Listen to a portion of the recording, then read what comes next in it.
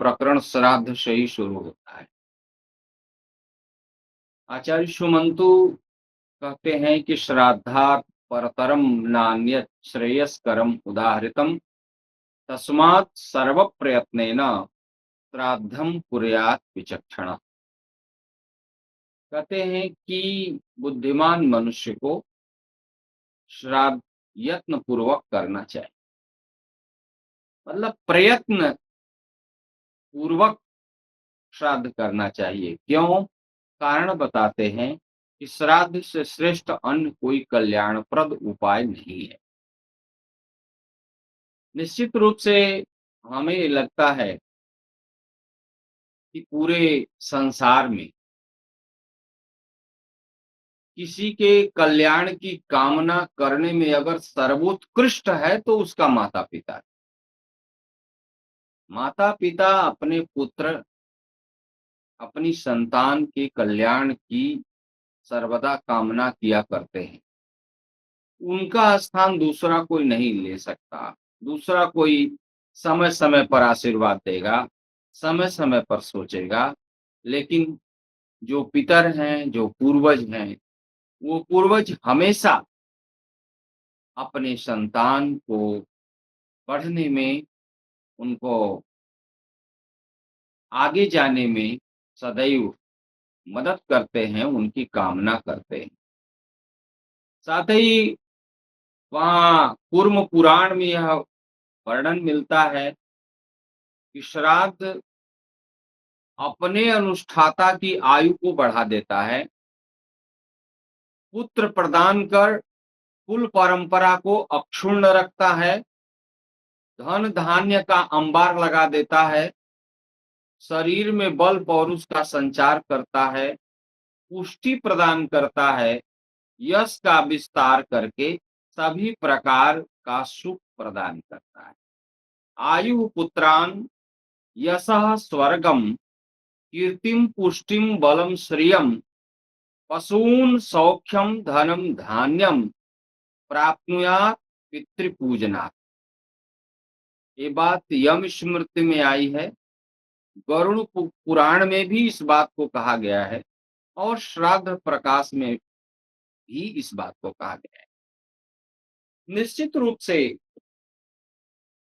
श्राद्ध अत्यंत ही आवश्यक और हमारे लिए उपादेय विषय है और श्राद्ध हमें करना ही चाहिए। श्राद्ध के बारे में श्रद्धया कृतम श्राद्धम और अन्य सारी विविध परिभाषाएं आदरणीय महोदया जी ने बहुत अच्छे तरीके से हम सभी लोगों को समझाया है और इसको समझने से हमें कहते हैं कि यदि पितर को ही यह फल मिलता है तो कर्ता को मिलता है या नहीं मिलता है। मेरे ख्याल से उपदेष्टानुमंता च लोके तुल्य फलौ स्मृतौ, इस बात में बृहस्पति का यह वचन आता है कि केवल कर्ता को ही नहीं बल्कि उसका उपदेश करने वाला, उस उसकी उसका जो अनुशंसा उसकी जो करता है। एक तो होता है कि लोग किसी कार्य में व्यवधान उत्पन्न करते हैं, दूसरा होता है कि उस कार्य में कोई प्रोत्साहित करता है, प्रोत्साहन देने वाला है। तो उपदेष्टा और अनुमंता को भी बहुत से लाभ तुल्य फलो स्मृतौ, ऐसा बृहस्पति कहते हैं कि तुल्य फल, समान फल मिलता है।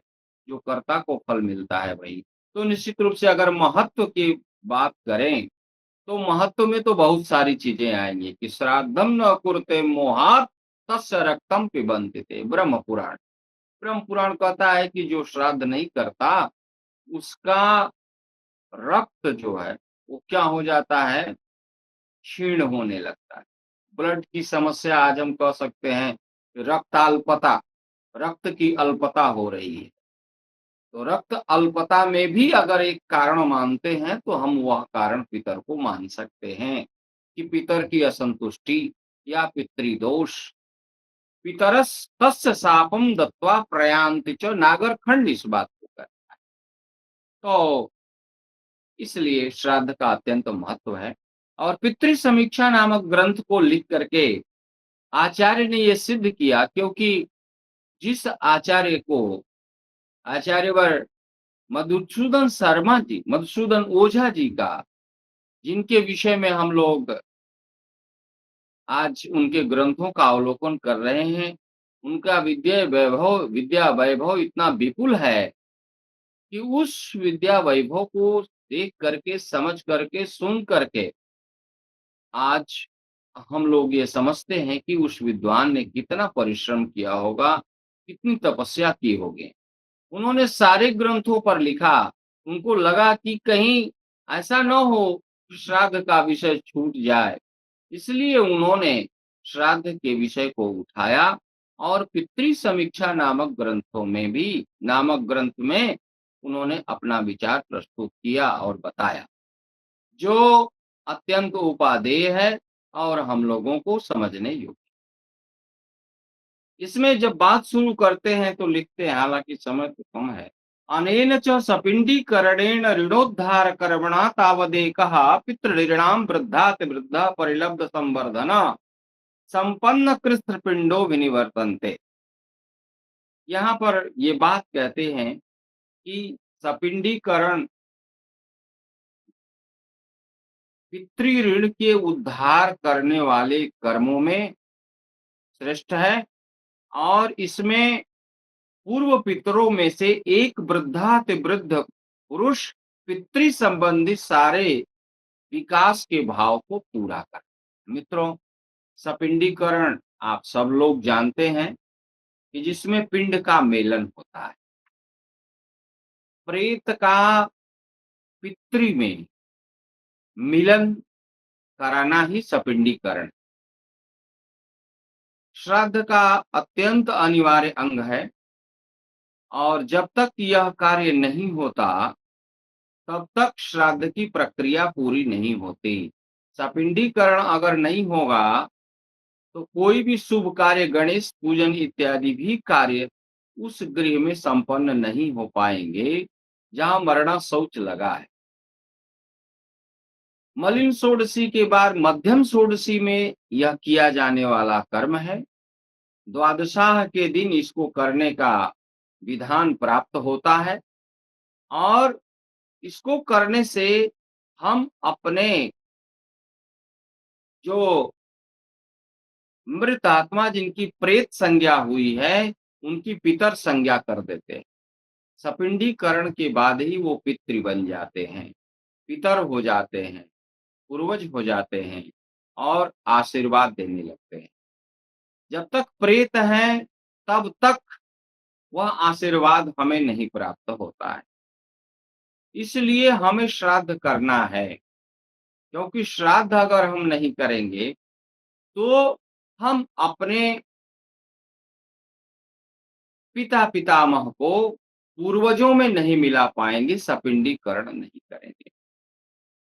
तो सपिंडीकरण की बात यहाँ से लिखते हैं, और लिखते हैं कि जब सपिंडीकरण होता है तो सपिंडीकरण में हमारे जो प्रेत जिसको हम कहते हैं, उनका पितर में हम मिलन करा देते हैं। इसलिए सपिंडीकरण में जब पाक निर्माण होता है तो वो पाक निर्माण दो जगह पर होता है। एक में पाक निर्माण जब होता है तो वो विश्वे देव के लिए होता है और पूर्व पितरों के लिए होता है। पितरों के लिए, आप ये पूर्व पितर कहना ठीक नहीं, पितरों के लिए होता है। और एक जो पाक निर्माण होता है वह पाक निर्माण प्रेत के लिए होता है।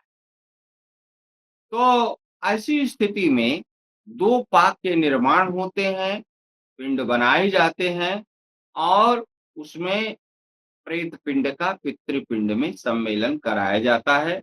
उसके नियम हैं, और उन नियमों के अनुसार उन कार्यों का संपादन किया जाता है।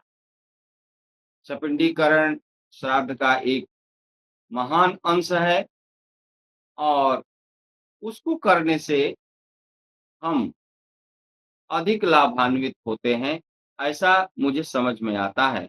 और उसी बात को यहाँ पर लिखा गया है कि भाई सपिंडीकरण करने से जो हमारे आगे-आगे के पितर हैं, वो एक-एक आगे की ओर जाते रहते हैं। जैसे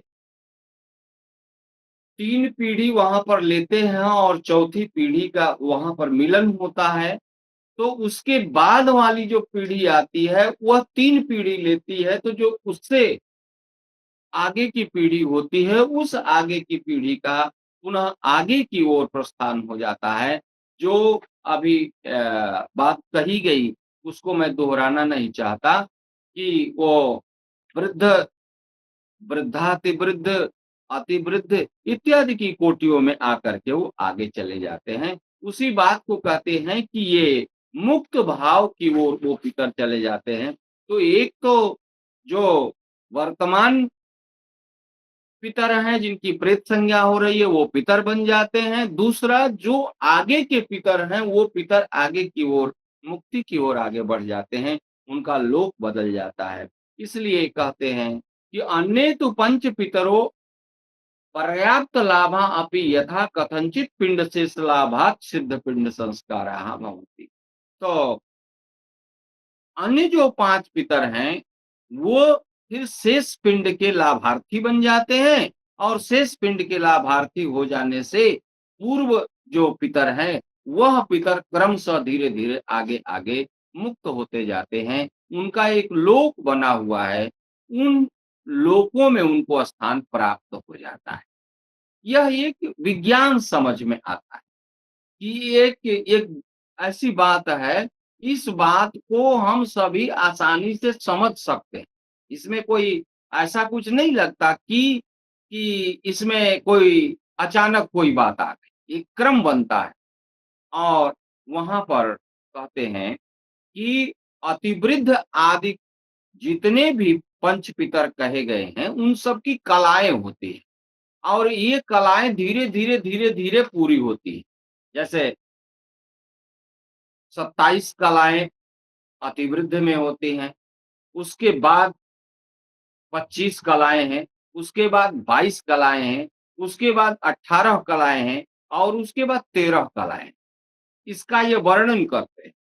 सप्तविंशतिकलाभिः, पञ्चविंशतिकलाभिः, द्वाविंशतिकलाभिः, अष्टादशकलाभिः, त्रयोदशकलाभिः अभिसम्पद्यन्ते। पिण्डः तु एष एक सप्तकला मात्रो वशिष्यते। और सबसे जो लास्ट में पिंड बचता है, वह 7 कला मात्र का हो जाता है और साथ ही पिंडांशों को पूर्ण करने वाले अपने 21 भागों का संतानों में आवपन होता है। जो मुख्य प्रकरण है कि पूर्वज अगर संतुष्ट होते हैं तो संतान पर उसका क्या प्रभाव, कैसे वो संतानोत्पत्ति में सहायक बनते हैं, उसका यहाँ पर स्पष्ट रूप से विवरण वो देते हैं। कहते हैं कि भई 21% जो उनका है, वह पूरा योगदान होता है। 21 भाग संतानों में आवपन हो जाता है पितरों का। अर्थात उस 21 भाग में आप उनके लक्षण ले सकते हैं, उनके गुण ले सकते हैं, उनकी कुछ आदतें ले सकते हैं। जैसा लोक में हम लोग सुनते हैं कि भाई इनके पिताजी इस प्रकार थे, तो इसलिए उनके पुत्र हैं, तो उनमें भी उस लक्षण को लोग देखते हैं और उससे जोड़ करके बताते हैं कि अरे! ये तो इनके पिताजी बड़े विद्वान थे, तो ये भी जो है, तो इस प्रकार के लक्षण वो घटाते हैं। ये जो लक्षण घटाते हैं, यह क्या है? यह वस्तुतः वही है कि पिंड पूरण कामा आत्मा आत्मीयानां एकविंशति भागानां संतानेषु नियुक्ततया पितृमपानां तु पितृषु नियुक्ततया पिंड शेषालाभात्। वह जो है इसी इसी कारण, उस रज और कण के कारण, वह जो है वह गुण और आदत और स्वभाव उसमें परिवर्तित हो जाता है। इस पर बहुत बड़ी चर्चा हुई है और चर्चा का विषय जो है गर्भाधान संस्कार में आया है। गर्भाधान संस्कार पुंसवन और सीमंतोन्नयन करने की आवश्यकता क्या है? यदि पिता और माता के रज और वीर्य के जितने भी गुण हैं, सभी गुण अगर संक्रांत हो जाते हैं पुत्र में, तो फिर उसका लाभ क्या है? तो वहाँ पर बहुत विचार किया है। इसमें देश के विद्वानों ने, विदेश के विद्वानों ने भी बहुत बड़ा काम किया है और काम करके उन्होंने ये कहा कि किस प्रकार से जीन्स के जो गुण हैं, वो गुण ही पुत्र में ट्रांसफर हों और दोषों का अपमार्जन, एनम की बात याज्ञवल्क्य करते हैं कि एनम अपमृज्यते। तो एन माने पाप, दोष। तो जो दोनों में दोष होगा, उस दोष का मार्जन कैसे होगा, उसका निवारण कैसे होगा, उस बात को यहाँ से सिद्ध किया जा सकता है कि किस प्रकार से वह पूर्वजों का जो अंश है, वह अंश आगे-आगे की पीढ़ियों में बढ़ता है। साथ ही ये यहाँ प्रस्तुत करते हैं कि तदित्थम एते सत्पुरुषाः क्षीणकाया। मुझे आदेश है पंक्तिशः पढ़ने के लिए।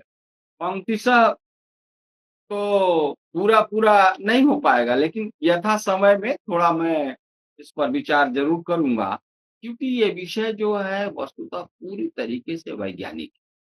और श्राद्ध पर मैं तो अपने यहाँ लाल बहादुर शास्त्री संस्कृत विश्वविद्यालय में कोर्स भी चला चुका हूँ, चलाता भी हूँ। मैं तो खुल करके कहता हूँ कि श्राद्ध पर आप चर्चा करिए। आप कह सकते हैं किसी चीज़ को ये चीज़ गलत है, लेकिन उस गलत कहने की अधिकारिता पहले लानी पड़ेगी। श्राद्ध अधिकारिता की बात करता है। पिंड देना, पितर को जल देना, ये तो कोई भी दे सकता है, लेकिन कहा किसी का दिया हुआ नहीं होगा। जिसकी अधिकारिता बनेगी उसके द्वारा ही प्रदान किया जाएगा, तो उसका ही अंश उसको मिलेगा। यहाँ एक दूसरे से दोनों कनेक्टेड है। देखिए कितना मतलब इसका कि कौन अधिकारी है, अधिकारी और अनधिकारी का विचार किया और उस अधिकारी अनधिकारी का विचार क्यों किया? उसका संबंध ब्लड रिलेशन से है, वो रक्त से उसका संबंध है। जब तक व्यक्ति का शरीर है, माता-पिता के रजवीर्य ही उस व्यक्ति के शरीर में प्रवाहित हो रहे हैं, इतना मानना पड़ेगा। इसलिए जब तक हम जीवित हैं, तब तक हमें माता-पिता के ऋण से ऋण नहीं हो पाएँगे हम, उनकी सेवा ही करना है। यही हमारा धर्म है और उनकी सेवा करना है। वंश विस्तार करके हम उस ऋण से कुछ आगे बढ़ेंगे, लेकिन माता-पिता की सेवा आजीवन करनी है। और यह बात इसीलिए सिद्ध होती है, क्योंकि यह शरीर ही उन्हीं का है। इस शरीर पर उनका अधिकार है और अधिकार को जो भूल जाएगा, वो फिर आगे कुछ नहीं कर पाएगा। हमें अपने दायित्वों को समझना है कि हमारा अधिकार क्या है। उसी बात को ये बताते हैं और उसका एक कनेक्शन बताते हैं। कनेक्शन क्या है? कहते हैं यावदेतं पितृधनम सर्वात्मना कार्ते न प्रत्यर्पते तावति काले पार्वण श्राद्धीयेन कर्मणा तेभ्यः षट्पुरुषेभ्यः पितृभ्यो अन्न पिंडदानम कर्तव्यम। कहते हैं उसके बाद सपिंडीकरण तो उस समय हो गया। सपिंडीकरण एक बार होता है, लेकिन बाद में क्या होता है? कहते हैं बाद में पार्वण होता है और पार्वण आपको बार-बार करना पड़ेगा। क्योंकि उसमें क्या होगा? उसमें आप पार्वण में अपने पितरों को बुलाएँगे और पितरों को बुला करके आप उनको प्रदान करें। लेकिन पार्वण की जो विधि है, जो शास्त्रों में प्रतिपादित है, उसमें षड्दैवत्व भी मिलता है और उसमें नवदैवत्व भी मिलता है। तो इसको हमें समझना पड़ेगा। षड्दैवत्व और नवदैवत्व की विधि क्या है? इसको हमें जानना पड़ेगा और जब जानेंगे तो हम उसको आसानी से समझ पाएँगे। क्योंकि षड्दैवत्व में बहुत कुछ विशेष नहीं किया है।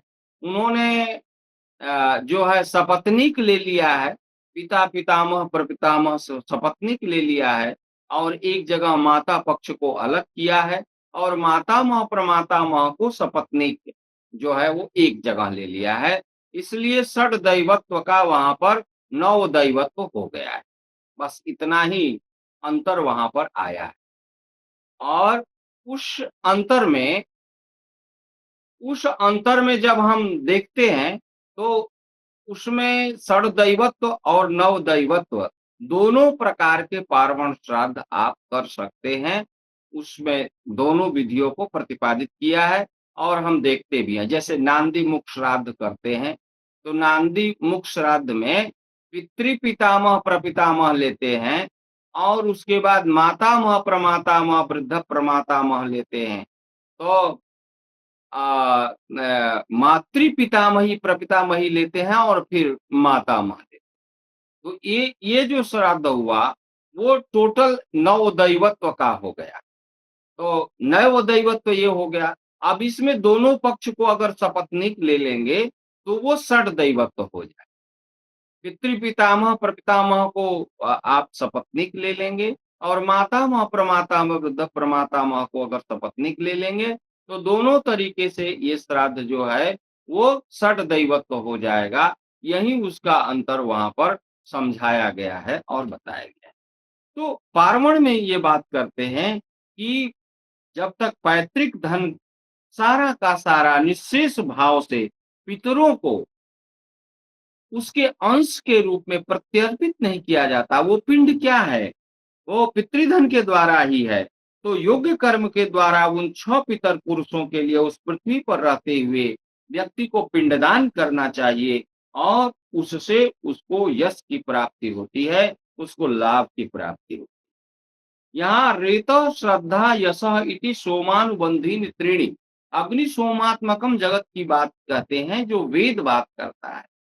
तो यहाँ सोम का संबंध स्थापित करते हैं उस वंश प्रक्रिया से। और सोम का संबंध जब हम अन्यत्र कहीं देखते हैं, चाहे सुश्रुत और चरक को भी देखते हैं, तो सोम का संबंध वहां पर वीर्य और रथ से भी आता है और उससे संतान का संबंध होता है। तो यह वस्तुतः एक बहुत ही गहरा प्रकरण है, जहाँ कहते हैं कि रेतस, श्रद्धा और यश, ये 3 सोम से बंधे हुए हैं और सोम से बंधे होने के कारण ये ब्रह्म कहे जाते हैं। श्रद्धा कहें या आपह कहें, इनको ये कहते हैं कि आपह श्रद्धा है। एक है नई बात यहाँ पर, जल को इन्होंने कहा श्रद्धा है और ये श्रद्धा रूप सूक्ष्म आप आदित्य अग्नि के परिताप योग से परिवर्तित होते हुए सोम रूप हो जाते हैं, जैसा कि पंचाग्नि विद्या के वेद वचन में कहा गया है। एक उदाहरण देते हैं वेद का कि कैसे अग्नि सोमात्मकम जगत की बात यहाँ पर घटित होती है। कहते हैं यह लोक अग्नि है और इस अग्नि की आदित्य ही समिधा है और इस अग्नि में देवता श्रद्धा का हवन करते हैं और उस आहुति से सोम का उदय होता है। और सोम की उत्पत्ति का मतलब क्या है? वंश विस्तार, वंश की अभिवृद्धि और वृद्धि। तो यहाँ जो बात स्पष्ट हो रही है, उसको वेद वचन से किस प्रकार जोड़ करके पितृ कर्मों की समीक्षा करते हुए और वंश तक की बात ले जाते हैं। निष्कर्ष कहते हैं कि निष्कर्ष इसका यह निकला कि आपका रूप जो सोम का प्रजनन करने वाला है, सोम की उत्पत्ति करने वाला है, वह ब्रह्ममय है और उसे ही श्रद्धा कहा जाता है। श्रत्व में यह रखा जाता है, इसलिए उसे श्रद्धा कहा जाता है। सत्य भाव को ही श्रत कहते हैं। श्रत से श्रद्धा को जोड़ते हैं और कहते हैं उसके अंदर श्रद्धा वो विराजमान है और श्रद्धा के कारण जो कर्म किए जाते हैं उन कर्म की श्राद्ध संज्ञा होती है। इस प्रकार का एक जो आधार स्थापित करते हैं, निश्चित रूप से यह एक विशिष्ट आधार है और इस प्रकार का आधार हमको दूसरी जगह नहीं मिलता है। मधुसूदन ओझा जी को छोड़ करके दूसरी जगह हमें इतना डीप और इतनी गहराई से बात स्पष्ट रूप से नहीं आती है। हालाँकि वो सारी बातें जहाँ हैं, उनको उस तरीके से अगर उस पर रिसर्च करें, क्योंकि श्राद्धों में काम हम लोगों ने बहुत कम किया है। श्राद्ध बहुत काम माँगते हैं, उन पर अगर रिसर्च किया जाए, तो हम बहुत सारी चीज़ों को उद्घाटित कर सकते हैं। इसी को आधार बना करके उन्होंने सत्य के आधार का द्रव्य सत्य कहा जाता है और उसको श्रत कहते हैं और उस श्रत से रसमय आप का एक संबंध है और उस संबंध से सोम की उत्पत्ति होती है और यह मन जिस पदार्थ के प्रति श्रद्धा रखता है उसमें अभिन्न भाव से संलग्न होकर दृढ़ता से बध जाता है और यह पुरुष श्रद्धामय होता है जिसकी जैसी श्रद्धा होती है वह उसे उस प्रकार प्राप्त करता है। तो वहां पर मन का संबंध ले जाते हैं और मन ही यो मनुष्याणाम कारणम बंध मोक्षयो। मन का लगना बहुत जरूरी है। हम की काम बहुत सारे करते हैं लेकिन मन नहीं लगता है। मन नहीं लगता तो उस काम का जो परिणाम है हमारे मनोनुकूल नहीं। हमें मन लगाना बहुत जरूरी है। जिस काम को कर रहे हैं उसको मन लगा करके करना। इस सामान्य भाव से विशिष्ट भाव की ओर आदरणीय ओझा जी का यह ग्रंथ निर्देशित करता है। साथ ही वो कहते हैं कि इसमें बहुत सारी चीजें हैं जिसको बताया जा सकता है। कहते हैं कि सोमरस पितरों के शरीर निर्मायक पिंड का आधा भाग चंद्र में जाता है। चंद्रलोक में हमारे पितर रहते हैं, तो चंद्रलोक से पितर रहते हैं तो चंद्र से कैसे सोम का संबंध है? यहाँ पर सोम का संबंध वो स्पष्ट रूप से करते हैं कि आधा भाग संतान के लिए पृथ्वी में रहता है और एक के दो खंड कहीं भी बिना संबंध हुए नहीं रह सकते। यह नहीं दिखने वाला संबंध शुद्ध श्रद्धा का नाम होता है, ऐसा वैज्ञानिक मानते हैं। और इस संसार में मनुष्य जिस गंध मात्र को नहीं पाते हैं वह गंध मात्र जो है दूसरे प्राप्त हो जाता है। यहाँ पर लक्षण किया है, लक्षण किया कि कोई गंध है और उस गंध की जो अनुभूति होगी वह किसको होगी? का घ्राण शक्ति जिसके पास अधिक होगी। और घ्राण शक्ति कोई जरूरी नहीं है कि मनुष्य मनुष्य से अधिक। श्वान की बात यहाँ पर शर्मा पणि का जो वेद में संवाद आया है तो शर्मा पणि को यहाँ शर्मा को उन्होंने दिखाया है कि शर्मा शर्मा का संबंध क्या है? कुत्ते से है। तो कुत्ते में कौन सी शक्ति है? घ्राण शक्ति है। जब हम महाभारत पढ़ते हैं तो महाभारत में जन्मेजय जब वहां यज्ञ कर रहे हैं जन्मेजय के भाई, तो शर्मा के बच्चे यानी कुत्ते, शर्मा जो है कुतिया है, तो उसके उसके बच्चे वहां पर जाते हैं और फिर उन लोगों ने वहां से भगा दिया है, दौड़ा दिया है। आकर के वो रोते हैं। ये कथा सभी लोग पढ़ सकते हैं। तो शर्मा जाती है और कहती है कि मेरे बच्चों को आप लोगों ने क्यों प्रताड़ित किया?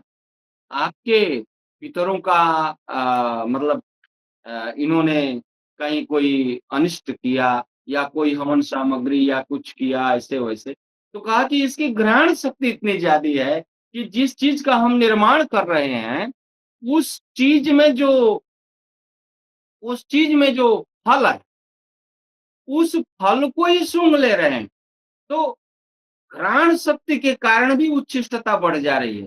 तो द्रव्य जो है उच्छिष्ट हो जा रहा है। तो हमारे द्वारा दी जाने वाली जो हवि है वह हवि उच्छिष्ट देवता के लिए कैसे प्राप्त हो सकेगी? इसलिए हम इनको भगाए। इस प्रकार से वहां पर कारण दूसरी जगह मिलता है। वहां कारण महाभारत में वहां तुरंत कारण तो नहीं मिलता लेकिन उसका लक्षण दूसरी जगह बताते हैं। इस कारण से वहां जो है भगाए। तो इस ये कहते हैं कि जो गंध का जो विज्ञान है वह गंध का विज्ञान भी इस श्राद्ध के विज्ञान में समाहित है और देखा जाता है। साथ ही पितरः सौम्याः पितृपिंड सौम्यः ऋतु सौम्यः इसकी बात करते हैं। अमातिथि सौम्यः। अब अमा का पितरों से संबंध है। अमावस्या का पितरों से संबंध क्यों है? क्योंकि एक महीने का जो मनुष्य का दिन है वो पितरों के लिए एक दिन का दिन है। और यहाँ बहुत अच्छी चीज लिखते हैं कि अमावस्या जो है वो पितरों का मध्य दिन होता है। मध्य दिन होने के कारण जो श्राद्ध इत्यादि के जो कर्म हैं प्रायः कुछ विशिष्ट श्राद्धों को छोड़ करके सभी श्राद्ध मध्य दिन में किए जाते हैं। मध्य दिन में करने के उन्होंने कारण बताए हैं और कई कारण यहाँ पर स्पष्ट रूप से बहुत मतलब अच्छे तरीके से प्रस्तुत किए गए। 4 सौम्य भावों का यहाँ पर वर्णन किया गया। अपत्य रूप संतान सोम से उत्पन्न होती है, उसका यह मन सोममय होता है और मन में यह श्रद्धा सोममयी हो जाती है, यह प्रतियोगी भाव। कहते हैं यह अन्न जो औषध कहलाता है यह सोममय है, इसलिए अन्न से बना हुआ पिंड भी सोममय हो जाता है और अन्न रूप पिंड से उठाया हुआ वायु के द्वारा ले जाया जाने वाला चंद्र की रश्मि मंडल से पहुंच जाने वाला अन्न का सूक्ष्म रस भाग भी सौम्य है। अब सौम्य का सौम्य से कैसे संबंध हो रहा है? यह एक मेरे ख्याल से पूरी तरीके से विज्ञान है, केमिस्ट्री। किस प्रकार से केमिस्ट्री में 2 तत्व मिल करके एक तीसरे नए तत्व का निर्माण कर देते हैं। यहाँ पर सोम मिल रहा है और सोम का इन्होंने संबंध बताया सौम्य से, सौम्य का संबंध बताया तिथि से, तिथि का इसीलिए हमारे यहाँ शास्त्रों में जो भी प्रतिपादित है कि यह काल उतप काल है, इस काल में यह श्राद्ध करना है। भाई कोई कहेगा कि भाई अमावस्या जो है कौन वाली स्वीकार की जाएगी? एक कहेंगे कि सूर्योदय वाली अमावस्या, सूर्योदय तो सवेरे लग गया और 8 बजे अमावस्या खत्म हो गई। अब पितृ कार्य कब करेंगे? तो कहा कि जब धर्मशास्त्र में जाएँगे तो कहेंगे कि मध्यम दिन होना चाहिए, यानी मध्य दिन में अमावस्या होनी चाहिए। तो पंचांग में हम लोग देखते होंगे कि स्नान दान की अमावस्या दूसरे दिन चली जाती है और जो श्राद्ध तर्पण की अमावस्या है वह उसे 1 दिन पहले आ जाती है। क्योंकि मध्य काल में वो तिथि भोग कर रही है, इसलिए उस नियम से वह उस काल के अंतर्गत आ जाएगी। इसी बात को यहाँ कहते हैं कि भाई अमा तिथि अमावस्या सौम्य है। चंद्र से पृथ्वी पर आती हुई चंद्र की किरणें सौम्य है। गायत्री के साथ ऊपर जाती हुई चंद्र की रश्मियां भी सौम्य है। यह एक क्रम है, उस क्रम को अतिवाहिक क्रम कहते हैं, एक निवापक क्रम कहते हैं और साथ में एक अनुयोगी क्रम कहते हैं। कहते हैं पितृगण सौम्य है, पितरों का पिंड सौम्य है, ऋतु सौम्य है, इसलिए अनुपयोगी क्रम है। तो इस प्रकार से 4 सौम्य भावों के प्रचय से पैदा होने वाला सबका मिला एक सोम घन भाव गुरु विद्या शिष्य के मनोयोग के समान निषेध के लिए उपयुक्त हो जाता है और तत्काल उन पितरों के जिनके कलेवर क्षीण होने लगते हैं उनकी तृप्ति के लिए वह कर्म जो है आगे बढ़े। एक कितने अच्छे तरीके से नए तरीके से एक बात को प्रस्तुत करना कि किस प्रकार से आ, चंद्रमा से संबंध व्यक्ति का है और कैसे वह जो है अ, जीव में जाता है, कैसे जीव की उत्पत्ति होती है यानी संतान की उत्पत्ति कैसे होती है।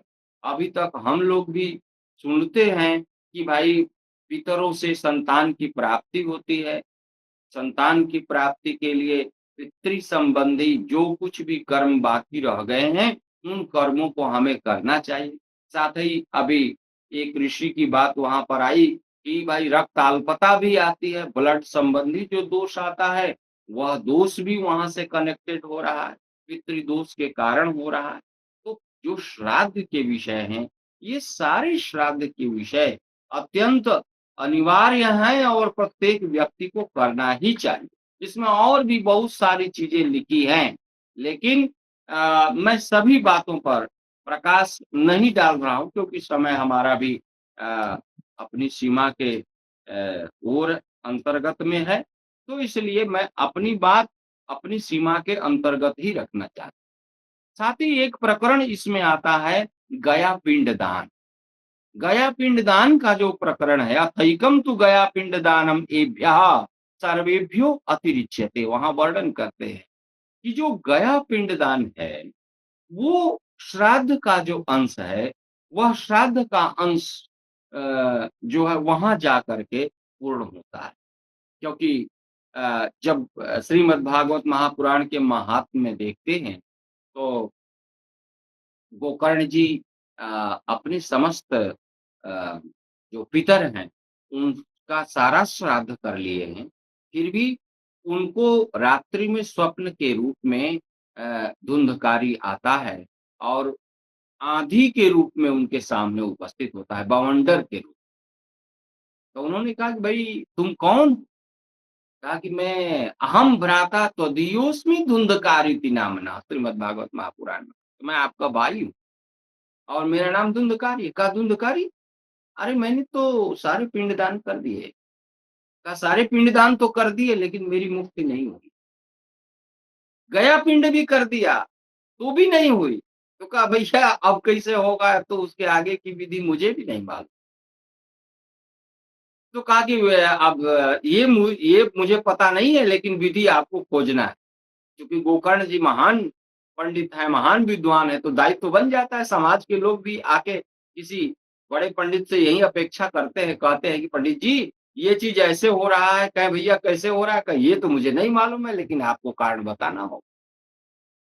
अब पंडित जी बेचारे चिंतित, पंडित जी ने तपस्या की, भगवान सूर्य से पूछा और सूर्य भगवान ने कहा कि भाई जब इतना कर्म करने के बाद भी यदि किसी आत्मा की वह गति नहीं प्राप्त हो रही है, जो गति उसको मिलनी चाहिए, ये तो एक एक प्रस्थान है, यहाँ से वहाँ जाना है, तो यहाँ से वहाँ तक व्यक्ति अपने स्थान पर जब तक नहीं पहुँचेगा, अरे यात्रा में जब तक रहेगा तब तक हिलता ही रहेगा ना जी।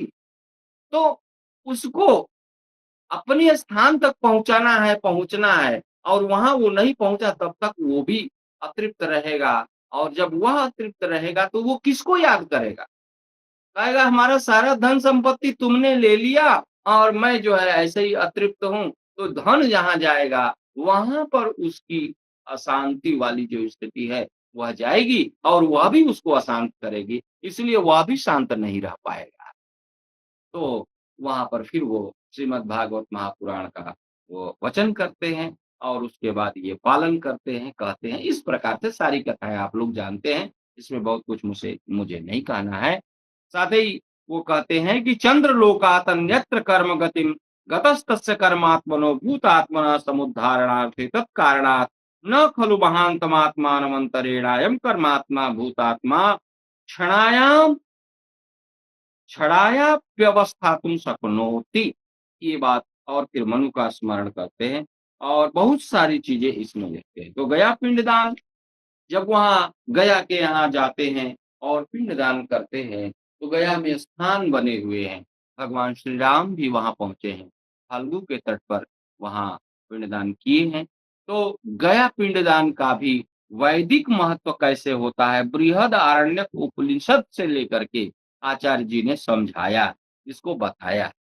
क्योंकि हम कहते हैं ना भाई कि वो चीज़ वो वेद में है कि नहीं, वो चीज़ वहाँ है कि नहीं, लेकिन यहाँ पर इन्होंने उसको बहुत अच्छे तरीके से तेन त्यक्त शरीराणाम भूतात्मनाम पौर्विक क्षत्र क्षेत्रज्ञ सूर्यंगते महति चात्मनि चंद्रंगते सद्य एवायम अपूर्व क्षेत्रज्ञ सूर्यात् अथा पूर्वो महात्मानम। यहाँ पर कहते हैं कि किस प्रकार से जब शरीर इस संसार को छोड़ता है तो पूर्व दिशा के क्षेत्रज्ञ सूर्य की ओर वह चला जाता है।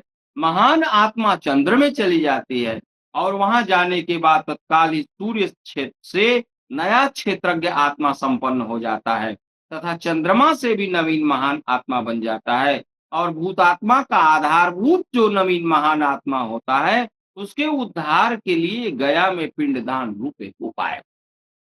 अब देखिए कितनी अच्छी बात इन्होंने यहाँ क्या पुत्रेण सुतः कार्यो यादृक तादृक प्रयत्नतः पिंडोदक क्रिया हेतुर नाम संकीर्तनाय च। ये बहुत अच्छा प्रमाण इन्होंने प्रस्तुत किया है और कहा कि पिंड और उदक की जो क्रिया है, उदक माने जल और पिंड माने पिंडदान, पिंडदान और जलदान, यही तो पितर वान की अपेक्षा है। तो कहा इससे करने से ही व्यक्ति जो है वो अपनी सर्व समृद्धि को प्राप्त कर सकता है, नहीं तो उसका कुछ न कुछ दूषित परिणाम उसके सामने हो जाएगा। और भी बहुत सारी बातें हैं जिसमें इन्होंने ये स्पष्ट किया है कि मनुष्य को अनेक पुत्रों की प्राप्ति की अभिलाषा रखनी चाहिए।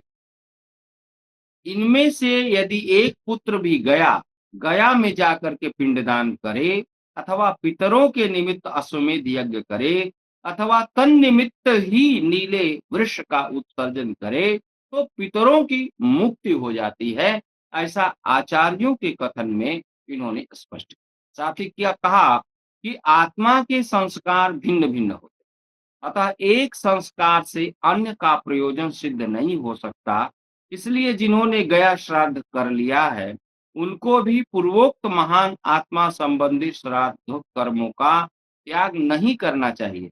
चंद्रलोक में रहने वाले महान आत्माओं की पिंड पूर्ति सप्तम संतान की उत्पत्ति के पहले नहीं हो सकती है। जिनके पिंड भावों की पूर्णता नहीं होती, वे पृथ्वी से बंधे रहते हैं, अतः उनकी मुक्ति नहीं हो सकती। इसलिए पुत्र का संबंध आचार्य जी स्पष्ट रूप से पिंडदान और जलदान को मानते कहते हैं कि पिंडदान और जलदान रूप कर्म के लिए तथा मरणोत्तर संकीर्तन इत्यादि की कर्म भी अ, जो है वो पितृ संबंधी कार्यों के लिए आवश्यक माने गए हैं और इसको समझना पड़े। तो गया में बहुत सारे लोग जाते हैं और जा करके देखते हैं। निश्चित रूप से जो जाते हैं वह इसका अनुभव करते हैं। उनको समझ में आता है कि किस प्रकार से यह वैज्ञानिक क्योंकि किसी एक विशेष शिला पर जा करके पिंडदान करना। उस शिला का ऐतिहासिक महत्व है। वहाँ पे कौन देवता है और जब हम कोई कव्य वहाँ प्रदान करते हैं, तो जो कव्य होता है, वह कव्य कैसे पितृलोक के यहाँ चला जाता है। कुशा के ऊपर कुश मूल के यहाँ या कुशा से संबंधित कुशा क्या है? कुशा को सृष्टि की उत्पत्ति का प्रथम वनस्पति माना गया है। तो उस सृष्टि की उत्पत्ति के साथ-साथ उससे पहले भी कुशा की उत्पत्ति हुई है। इसलिए कुशे का संबंध व्यक्ति से है। कुशा के माध्यम से हम किसी भी चीज़ को पिंड भी रखा जाता है तो कुशा के ऊपर रखा जाता है। अवनेजन और प्रत्यवनेजन भी किया जाता है, तो एक बार उसके नीचे किया जाता है, पिंड के नीचे, एक बार पिंड के ऊपर किया। अगर कोई कहे कि भाई इसी किसी प्रकार से पिंडदान करना, तो किसी प्रकार से पिंडदान का तो विधान शास्त्रों में नहीं है। शास्त्र में उसकी विधि बताई गई है कि कैसे आप उसका अवनेजन करेंगे, कैसे आप उसकी कौन-सी विधि करेंगे, साथ में करने के बाद कैसे आप पंचबली करेंगे, ये सारी विधि वहाँ पर बतलाई गई है। और जब उस विधि से नहीं करेंगे तो वो चीज़ वहाँ नहीं प्राप्त होगा। जैसे हम तो कहते हैं कि भाई सैटेलाइट का जो प्रक्षेपण है, तो सैटेलाइट के प्रक्षेपण का जो सूक्ष्म कांसेप्ट है, वह कांसेप्ट हम यहाँ देख सकते हैं। हम कोई हव्य पदार्थ प्रदान करते हैं अग्नि में और वह हव्य पदार्थ हमारे द्युलोक में पहुँचता है, हमारे देवता जहाँ विद्यमान है वहाँ पहुँचता है। तो ये सब क्या है? ये उसका एक प्रकार है। अब उसकी विधि जो है सारी विधियों को अगर नहीं करेंगे तो वो चीज़ वहाँ तक जाएगा कैसे? अगर उसमें कोई कमी रह जाएगी तो वहाँ तक नहीं जा पाएगा। तो इसलिए श्राद्ध में विधियाँ हैं और उन विधियों के प्रत्येक विधियों के अलग-अलग लाभ बतलाए गए हैं और उन लाभों को हमें ध्यान में रखना है। क्योंकि जब तक हम उनको ध्यान में नहीं रखेंगे, जब तक उनका हम प्रतिपादन नहीं करेंगे, तब तक वह विधि ही पूर्ण नहीं और उस विधि में चाहे छोटी विधि हो, चाहे बड़ी विधि हो, सारी विधियों में स्थान दिया गया। और जैसे निवि बंधन है, तो निवि बंधन जो है वो कहाँ पर दक्षिण कटी में होगा, कैसे होगा और उसका क्या विधान है, इसको हमें करना ही पड़ेगा। पिंड का जो पूजन है, पिंड का पूजन जो है सूत्रात्मक वास से होगा, ईश गंध सुगंध इमे तिलाक्षताः इदं पुष्पम एष दीपः सुदीपः इदं नैवेद्यम इदं आचमनीयम्। वहाँ जो अच्छयोदक दान है, कैसे विश्व देव मंडल में जाता है। विश्व देव प्रत्येक पितरों के देवता हैं और पितरों का पूजन जब हम करते हैं तो वह विश्व देव का पूजन होता है। विश्व देव पर प्रथम वस्तु अर्पित की जाती है। उसके बाद आगे की प्रक्रिया होती है। तो ये जो सारी चीज़ें हैं, ये अ, बहुत ही वैज्ञानिक ये समाना समंसा पितरो यमराज्ये तेषां लोकः स्वधा नमो यज्ञो देवेषु कल्पताम्। ये समाना समनसो जीवा जीवेषु मामकाः तेषां श्रीर्मयि कल्पताम् अस्मिन् लोके शतंगुं समाः। ये वर्णन वेद मंत्र में आता है और वेद इसको प्रमाणित करते हैं कि श्राद्ध का कर्म और पितरों का कर्म प्रत्येक व्यक्ति को करना ही चाहिए। श्राद्ध के कर्म में प्रमाद कभी भी उचित नहीं है और वह प्रमाद उन पितरों के साथ क्यों होगा, जिन पितरों ने हमारे शरीर को हमारे लिए मुख्य कारण के रूप में वो उपस्थित हैं। इसलिए उनकी सेवा करना और जो है उनका तर्पण करना, तर्पण का जो संबंध आता है उनकी तृप्ति से भी है। वो जीवित हैं तो उनको संतुष्ट करिए, उनकी सेवा में संलग्न रहिए और मरने के बाद उनको जल दान प्रदान करिए। जो विधि बताई गई शास्त्र की उस विधि विधि से करिए। उसमें कोई तर्क करने की ज़रूरत नहीं है। तर्क तो वहाँ कर सकते हैं जहाँ आदेश नहीं होता है। जहाँ आदेश होता है, ये धर्मशास्त्र का आदेश है, अवश्यमेव कर्तव्यम, अवश्यमेव करना है आपको, वहाँ पर कोई तर्क नहीं चलेगा। अब कोई भी कार्य करना है, कमांडर आदेश देता है ये करो, तो सेना ये थोड़े कहेगी कि ये क्यों करें? अरे अभी करना उचित नहीं। वहाँ कोई वहाँ तर्क का वहाँ पर प्रावधान ही नहीं है, तो इसलिए तर्क का वहाँ स्थान ही नहीं है और जहाँ स्थान नहीं है, वहाँ पर तर्क करना क्या है? कुतर्क है। बस एक श्लोक मैं याज्ञवल्क्य का यहाँ पढ़ना चाहता हूँ। दत्ते पिंडे ततो हस्त्रम त्रिमृज्यालेप भागिनाम कुशाग्रे संप्रदातव्यम प्रीयंताम लेप भागिनः उत्तरे कुसमूलम तो पितृमूलम तो दक्षिणे कुसमूलेश यो दद्यात् निराशा पितरो गताः। ये षड्भाष्योपेत शुद्ध श्राद्ध सूत्र कंडिका पारस्कर गृह सूत्र में आया है। तो हमारे जितने भी मान्य ग्रंथ हैं सभी ग्रंथ इसकी मान्यता प्रदान करते हैं। इसलिए हम सभी लोगों को श्राद्ध करना ही करना है। जो लोग श्राद्ध से विमुख हैं, उनका भी कल्याण श्राद्ध करने से होगा।